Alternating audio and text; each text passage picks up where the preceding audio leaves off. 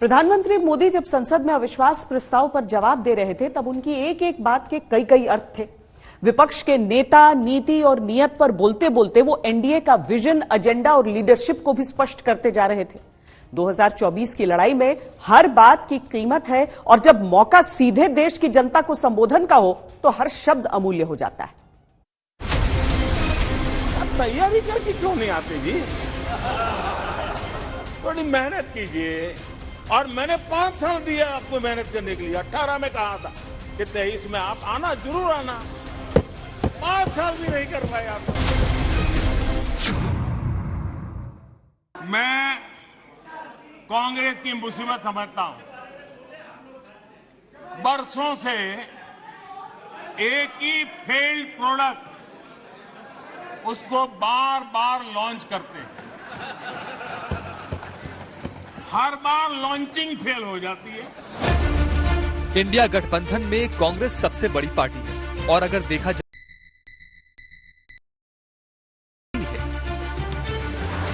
लिहाजा जब प्रधानमंत्री मोदी ने कांग्रेस के नेता पर सीधा निशाना साधा तो देश के सामने नेता के तौर पर अपनी छवि मजबूत ढंग से रख दी। गरीब का बेटा यहाँ कैसे बैठा?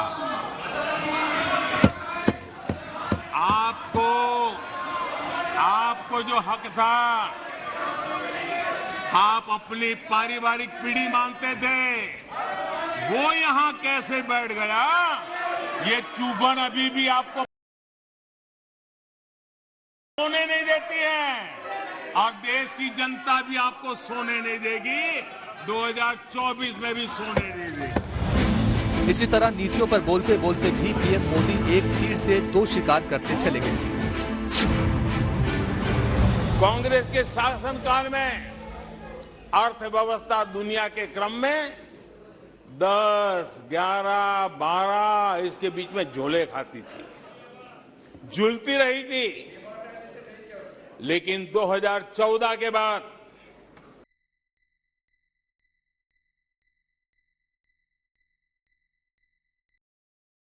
पर था, कांग्रेस की नीतियों पर था, लेकिन लक्ष्य देश के सामने अपनी नीतियों और उसके नतीजों का रिजल्ट कार्ड रखना था और इसी के साथ आने वाले समय में एनडीए का विजन स्पष्ट करना था। जो नींव आज मजबूती के साथ आगे बढ़ रही है, उस नींव की ताकत है कि 2047 में हिंदुस्तान विकसित हिंदुस्तान होगा, भारत विकसित भारत होगा साथियों।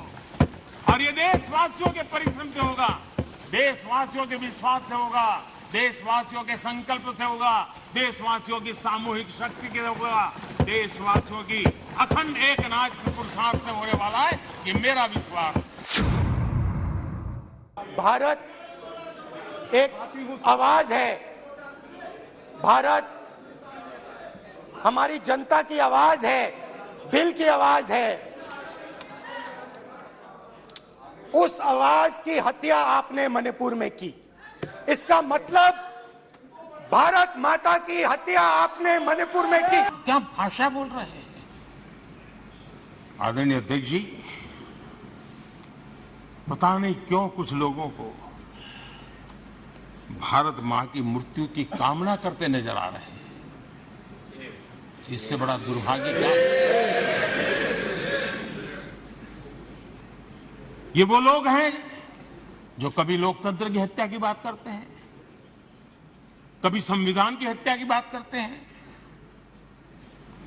दरअसल जो इनके मन में है वही उनके कृतित्व में सामने आ जाता है। साम दाम दंड भेद राजनीति की मूल संस्कृति है। बात इशारों में कही जाती है लेकिन कई गहरे अर्थ छोड़ जाती है। राष्ट्रवाद की पिच बीजेपी की जानी पहचानी है। विपक्ष को इस पर घेरना बीजेपी के लिए हमेशा आसान रहा। संसद से एक और दांव चला गया। तुम्हारी दुकान ने इमरजेंसी बेची है, बंटवारा बेचा है, सिखों पर अत्याचार बेचा है, झूठ कितना सारा बेचा है, इतिहास बेचा है, उरी के सच के प्रमाण बेचा है। शर्म करो नफरत की दुकान वालों, तुमने सेना का स्वाभिमान बेचा है। मैं भली भांति जानता हूं कि भूखे रहने की तकलीफ क्या होती है। मैं जानता हूं कि गरीब का स्वाभिमान क्या होता है। मैं तो आपके ही परिवार का सदस्य हूं। आपका सुख दुख समझना मुझे किताबें नहीं ढूंढनी पड़ती। देश की जन भावनाओं की समझ को लेकर पीएम मोदी विपक्ष को हमेशा ही घेरते रहे हैं। चुनावी सीजन में ये आरोप और नुकीले हो जाते हैं। अविश्वास प्रस्ताव की बहस में ये और भी देखने को मिला। ये विपक्ष को फायदा हो सकता था अगर विपक्ष प्रधानमंत्री जी का पूरा भाषण सुनता, वॉकआउट न करता और जो राइट टू रिप्लाई का अधिकार है वह क्लैरिफिकेशन का जो कि गौरव गोगोई जी को मिलता, जिन्होंने प्रस्ताव मूव किया था विश्वास, तो शायद मोदी जी ने, प्रधानमंत्री जी ने जो आरोप विपक्ष पे लगाए या जो सवाल उठाए उनका वो एक समय सीमा के अंदर जवाब दे सकते थे, तो उसका फायदा विपक्ष को मिल सकता था। वो चीजें रिकॉर्ड पे आती, लेकिन उन्होंने वॉकआउट करके एक तरह से वो मौका छोड़ दिया, मौका चूक गए और आखिर में रिकॉर्ड पर और प्रधानमंत्री जी की बात आई तो जाहिर है जिसकी बात आखिर में आती है तो फायदा उसी को सबसे ज्यादा मिलता है। विपक्ष के निशाने पर पूरा एनडीए नहीं बल्कि सिर्फ प्रधानमंत्री थे, तो प्रधानमंत्री के निशाने पर भी पूरे विपक्ष से ज्यादा कांग्रेस रही। कांग्रेस बार बार उनका अपमान करती है। विपक्ष घेरने के लिए आया था प्रधानमंत्री मोदी पूरी तैयारी के साथ और अपने जवाबों से उन्होंने ये जता दिया कि आने वाले चुनाव में संग्राम महाभीषण होगा। इस समय पूरी दुनिया में लोग कंफ्यूज्ड हैं। वो समझ नहीं पा रहे हैं क्या सही है, क्या गलत है, क्या सच है, क्या झूठ है। और ये स्पष्टता हम आपको अपने इस नए शो में देंगे। सब कुछ ब्लैक एंड व्हाइट में बताएंगे। इस शो में मेरे बालों के अलावा कुछ ग्रे नहीं होगा। हर खबर ब्लैक एंड व्हाइट की तरह बिल्कुल स्पष्ट होगी। इस समय पूरी दुनिया में लोग कंफ्यूज्ड हैं। वो समझ नहीं पा रहे हैं क्या सही है, क्या गलत है, क्या सच है, क्या झूठ है। और ये स्पष्टता हम आपको अपने इस नए शो में देंगे। सब कुछ ब्लैक एंड व्हाइट में बताएंगे। इस शो में मेरे बालों के अलावा कुछ ग्रे नहीं होगा। हर खबर ब्लैक एंड व्हाइट की तरह बिल्कुल स्पष्ट होगी। इस समय पूरी दुनिया में लोग कंफ्यूज्ड हैं। वो समझ नहीं पा रहे हैं क्या सही है, क्या गलत है, क्या सच है, क्या झूठ है।